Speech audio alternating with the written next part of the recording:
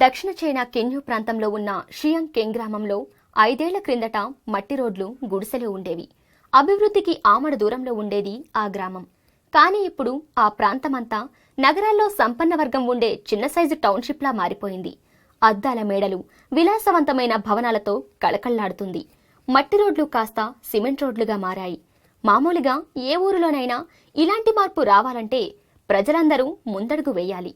లేకపోతే అందరూ ఆర్థికంగా అభివృద్ధి చెందాలి. అదంతా జరగాలంటే ఎన్నేళ్లైనా పట్టొచ్చు. కానీ షియాంగ్ గ్రామం 2-3 ఏళ్లలో సమూలంగా మారిపోయింది. కారణం, ఎంతో మంది మధ్యతరగతి పేదవారి తలరాత మార్చగల ఓ ధనవంతుడు ముందడుగు వేశాడు. అతడి పేరు షియాంగ్ షుయిహువా. ఇతను ఈస్లాంలోనే పుట్టాడు. చిన్నతనంలో షియాంగ్ కుటుంబం చాలా పేదరికంలో ఉండేది. ఆ కుటుంబంలో 4 సంతానంలో షియాంగ్ చిన్నవాడు. 3 పూట్ల ఆ కుటుంబం ఏ రోజు అన్నం తినేది కాదు. అలాంటి సమయంలో ఆ స్లంలో ఉన్న జనమంతా కలిసి షియాంగ్ కుటుంబానికి అన్నం పెట్టేవారు.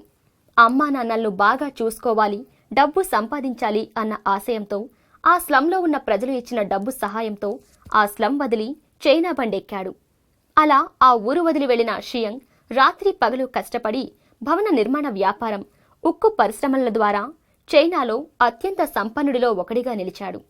ఒకప్పుడు పూరింట్లో పుట్టి స్లంలో ప్రజలు ఇచ్చిన డబ్బు సహాయంతో కోట్లకు పడగెత్తాడు. కానీ ఆ ఊరి ప్రజలు మాత్రం ఇంకా పేదరికంలో ఉన్నారు. అది అతడికి నచ్చలేదు. తన ఎదుగుదలకు సహాయం చేసిన ప్రజలు ఆనందంగా ఉండాలనే కోరికతో ఆ స్లంలో ఉన్న ఇళ్లను నేలకూల్చి వాళ్ల స్థానంలో విలాసవంతమైన భవనాలు కట్టించారు. 90 కుటుంబాలకు 200 కోట్లతో విలాసవంతమైన భవనాలను కట్టించారు. స్లం చుట్టూ సిమెంట్ రోడ్స్ వేయించారు. తనకు కావలసిన దానికన్నా ఎక్కువ సంపాదించారు.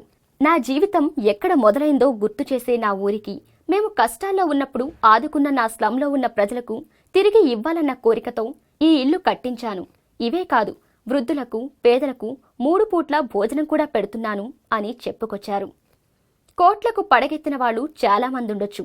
కానీ ఇలాంటి వారు కోటికొక్కరు మాత్రమే కనిపిస్తారనడంలో సందేహం లేదు కదూ.